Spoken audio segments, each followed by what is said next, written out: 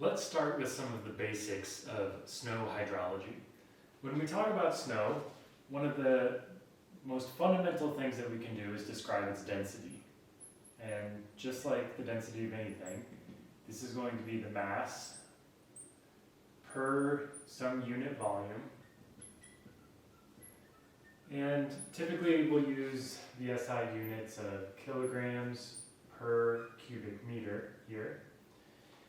And if we're using these units, the density of a typical new snowfall, so recently arrived snow, is pretty low. It's only about 100 kilograms per cubic meter, or about 1/10 that of liquid water, which is going to be 1,000 kilograms per cubic meter.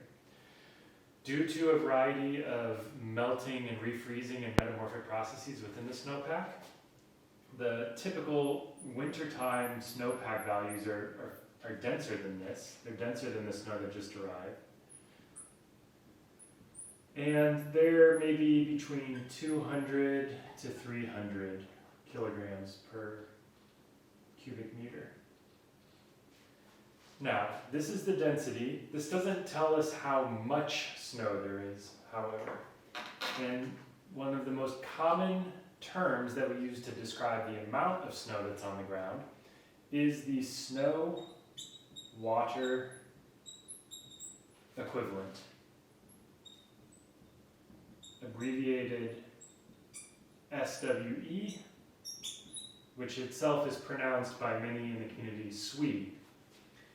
And the snow water equivalent is a pretty simple concept. It's this: take the snowpack, melt all of it. What's the height of liquid water that you get from melting the entire snowpack?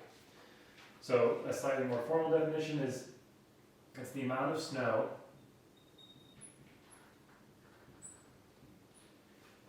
expressed as the depth of liquid water.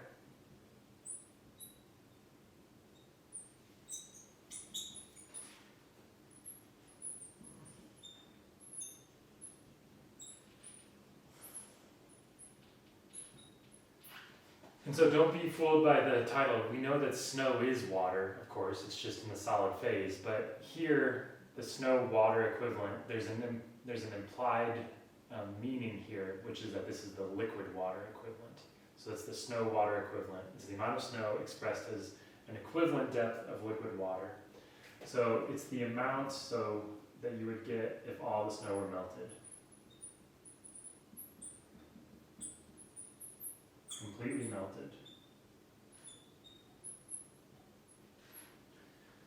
Okay, now the snow water equivalent is going to be equal to the height of the snowpack, h, times the relative densities between the snow, expressed as the Greek letter rho, subscript snow, compared to that of the density of liquid water.